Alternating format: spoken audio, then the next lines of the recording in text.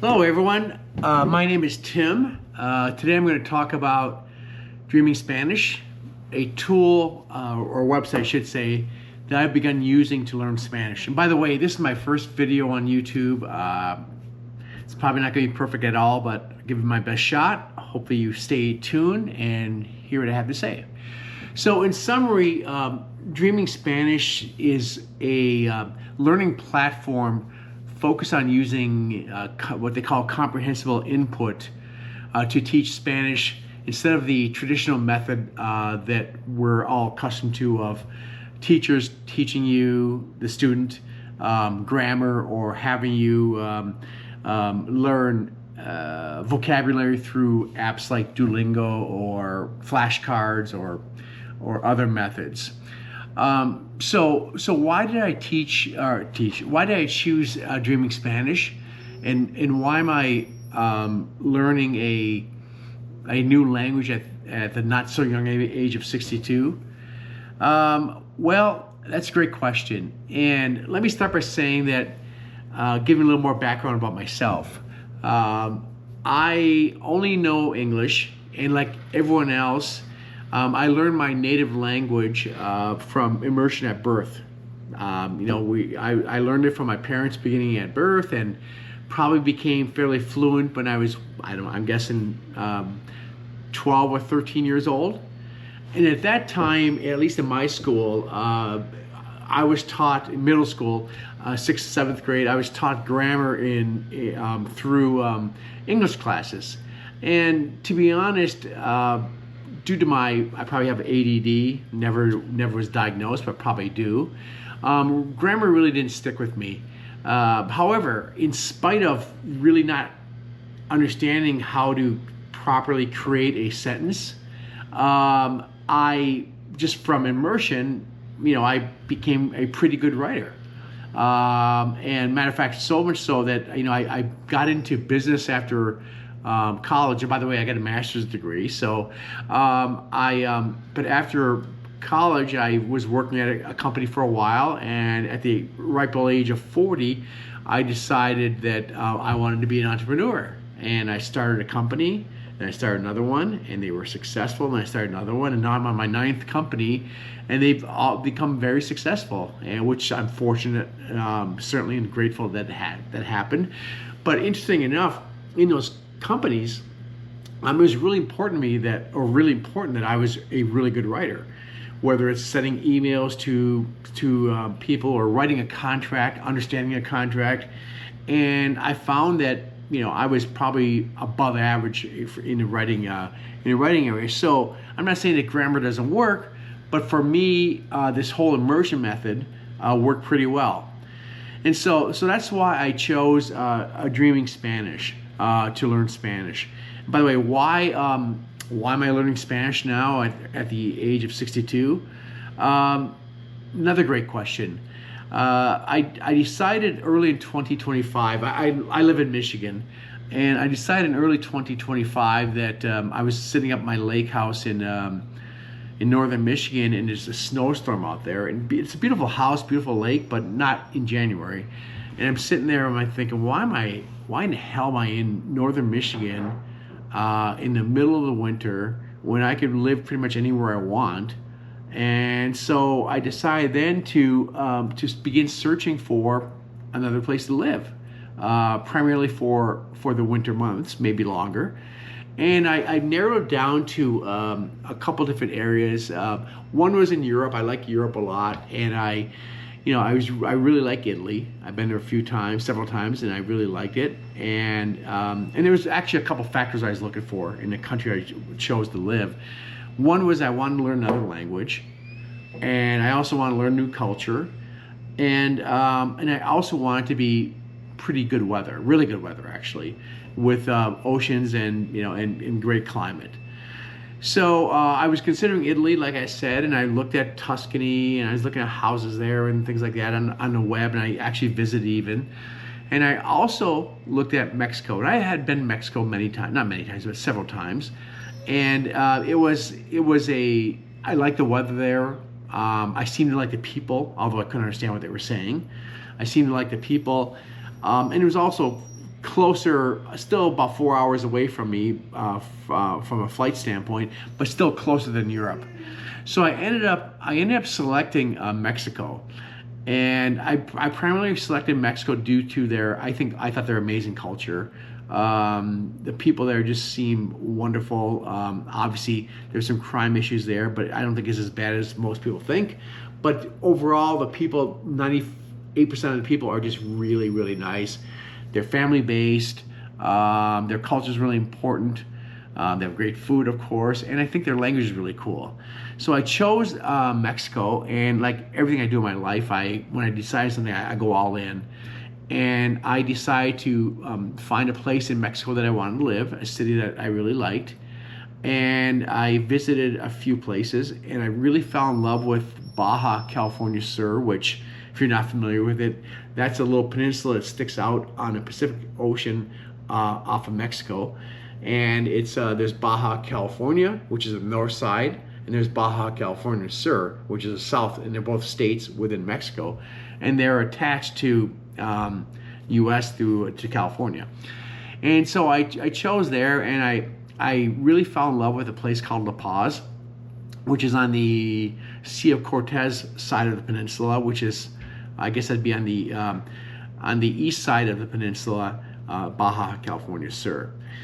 So I know zero Spanish, zero. I mean, I've never had any lessons in school. I never tried to speak a language when I went there. I didn't try to learn any words. I know literally zero about Spanish.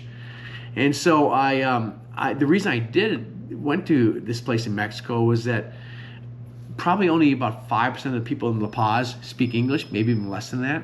And there's a very small immigrant or expat community there of Americans. So I chose it because I did not want to. I wanted to learn a new language, and so I chose La Paz because they didn't speak English. So right now, the house I bought a house on May 5th, and just a coincidence, has nothing to do with Cinco de Mayo, just a coincidence. But the house is being renovated, and I decided to spend most of the summer, all of the summer actually, in Michigan as my house is being renovated. Number one, because I don't want to live there when it's being redone, and second of all, it's really, really hot in the summers in La Paz, in Baja California Sur, and I just felt that it was probably best for me to stay in Michigan now, as well as the fact that I thought that for this time period of this 4 or 5 months that I'd be away from Mexico, that I'd be really immerse myself in learning Spanish. And I originally thought it was the best way was to hire a teacher, but then I stumbled upon Dreaming Spanish and thought, this seems, it kind of resonated with me because primarily because I learned English the same way. I didn't really have formal grammar training, and I had zero interest in going through lessons with learning grammar and having just flashcards or Duolingo apps where you learn vocabulary. So I did a lot of research on Dreaming Spanish, read a lot of reviews on YouTube, and overall it seemed really, really positive. Now, I did know that you had to go, if you know Dreaming Spanish, there's 7 levels of learning Spanish on Dreaming Spanish. Number 1 is what they call super beginner, and then all the way up to 7, which is advanced. And I'm not saying fluent, but they're that takes about 1,500 hours to get to level 7 into level 7, and they pretty much say, including reviews and what the app says or the website says, is that you're gonna be really conversational in Spanish. You're going to understand it completely, and maybe not every word, but you're going to completely understand native speakers, and you're going to just be able to speak to natives yourself. So that's really what my goal is. I don't intend to be fluent, whatever that means. I'm not trying to be a polyglot of where I learn all the kinds of languages. I want to learn Spanish. I want to learn it well. I want to learn it because I want to live in a Spanish-speaking country, enjoy the culture, and enjoy everything the country has to offer. So I'm at 50 hours now, 50 hours, and I don't think I'm not very far in my progress, and obviously 50 hours out of 1,500 is not very far. My goal has been to spend 3 hours a day, about 3 hours a day, watching these comprehensible input videos on Dreaming Spanish, and also some podcasts. But to be honest, the podcasts like Quantum A and others have been extremely difficult for me to understand, and I'll talk more about that in a second. I'm not fluent. Like I said, I'm certainly nowhere near being fluent. But it seems like I'm starting to understand a little bit about Spanish. I will say this though. I thought it would be useful for you, the viewers, to understand more about my experience and why I chose Dreaming Spanish, because my experience is much different from all the other reviews that I've seen about Dreaming Spanish. It seems that many of the reviews I've seen are from people who already know more than one language. They may be polyglots, so they're learning Spanish because they also know Italian or French or whatever else. The people who gave the reviews all seem to be much younger than I am. I'd say probably maybe average in their 30s, 20s, 30s, or 40s. There's some older, but not many. And also, every review I watch, they all have some level. It seems like they all have some level of experience, even though they say they don't. They, when they start talking, they say, "Well, yeah, I have kids who are fluent in Spanish, and I was speaking with their teacher, and I could understand them." And so it just kind of told me that they know more. They know more Spanish than I certainly do. Others have learned some languages that are very similar to Spanish. Like I think one guy, I forget his name, who I liked his reviews, but he said he knew Esperanza, which is similar to Spanish, and that helped him. He admitted, he goes, that helped me learn faster than perhaps others. And lastly, it seems that very few, matter of fact, I haven't found any of them who have moved to another country before learning the language. And so that's why I think I'm coming at it from a different angle than most, because I'm literally going right into the fire. Like zero language experience in Spanish, zero knowledge. I bought a house in a 100% Spanish-speaking country. I moved to a town that is 98% Spanish speakers only, and even my housekeeper speaks only Spanish. I mean, all the restaurants primarily speak Spanish, and so either I got to learn it or I'm going to have a hell of a time in Mexico. So here are my thoughts on Dreaming Spanish at the 50-hour mark. The positives. The website is very well done, and there are literally thousands of videos available for you to watch. Pablo, who is the founder of Dreaming Spanish, it seems to have built a very good website, and with a lot of great content and a nice tool built into the website that automatically tracks how many hours you have spent watching videos on their website. I will say this as a side, I'm certainly hoping that they build an app as well. I think an app would be much more convenient than a website. Hopefully that's in the works. The format of Dreaming Spanish and comprehensible input seems to work for me. As I previously mentioned, I am not built to sit through grammar lessons. I have no desire to do that. I'd much rather be on my own, learning, watching comprehensible input on my own time. And as I mentioned, I spend 3 hours a day or so doing it, and it seems to work pretty well for me. The guides or the teachers in Dreaming Spanish for the super beginners and beginners, maybe they're the same all the way through, but at least for the super beginners, are for the most part quite skilled and also pretty entertaining. My personal favorites are Andrea, who I think she is from Mexico, and her videos are quite funny, as well as Shell from Colombia, and Michelle, who is also from Mexico, and Augustina, who's from Argentina. I will say that Pablo and I think Andres, they're both from Spain. Obviously, they're very good. Pablo is.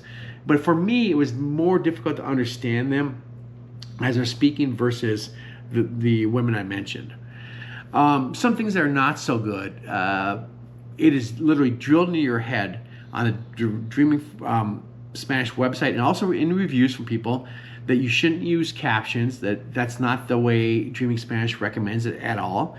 Nor should you look up the meaning of words or try to translate them in your mind, or speak Spanish until you have many hundreds of hours in. And for me, it literally was impossible to understand even super beginner videos without cheating and looking up the meaning of words. I also chose to use captions in Spanish, and it seemed to really help me understand what Spanish words the guides were saying. I don't know if this will harm me in the long run, that if I, by this cheating, if it will harm me by not learning as effectively as others. But to be honest, if I didn't use this method, I would have quit. I literally couldn't understand 75% of the words or get the meaning of them during the videos. You know, they would point to here on their face, say, there, you know, like, well, there, you know, I didn't understand what that meant. Finally, I figured out after I looked it up that there meant to see or to look, okay? And you know, they didn't point their eye, they pointed this on their cheek. So anyway, for that's a good example of one that I just didn't get, even though they're very slow speaking during the videos and they really use a lot of photos and drawings and so forth. That one I just didn't get some of these meanings. So that's why I chose to look up some words, and it really has helped me. Plus, most of the videos are, the other thing is that they're really, really, really boring, at least in the super beginner ones. I do understand that from watching other reviews that the videos get much better as you progress and level, certainly intermediate and beyond, and there's many, many more of them. So I'm looking forward to that, fingers crossed. Another negative is that the process can be really frustrating. I mean, some days you just feel like crap. You feel like you're going backwards, or at least you're not moving forward, and you forget words that a few days ago you thought you knew. So it's really frustrating. However, I try not to be too hard on myself, especially from watching reviews, because they say it's a process, and so I have decided from day one to really work hard at 200 hours or more and see where I'm at before I give in. And I don't plan on giving in, but I'm saying I want to give at least 200 hours and really give a good effort towards it. And I'm glad I did, because just this morning, I was having breakfast at a restaurant in the U.S. and I apologize, my dog's crying over there, but anyway, I was having breakfast and I overheard two people sitting next to me at another table, and they were speaking Spanish. And surprisingly, I was able to, I was listening in on it, and I was able to understand probably 50% of what they were saying, maybe 70%. And I definitely got the gist of what they were saying, and it shocked me. I was really surprised with my progress, and this was the boost I really needed. And so, I felt that I learned that I was much further along than I thought. So obviously my dog's getting upset here, so I need to finish this up. So even though the videos are grueling to watch, it's 3 to 4 hours a day is a long time to slog through it. I think over this first month, I'm really pleased with my progress, and I'm looking forward to my next review at 150 hours, which is when I get to the next level. So thanks for listening to me. Again, I apologize for my dog. If you have any comments, please feel free to send them to me. Let me know if there's other areas of comprehensible input you recommend I use, especially from a podcast standpoint with super beginner or beginner. And then lastly, I'll see you hopefully in August with a 150-hour review. Take care and good luck on your progress as well. Bye.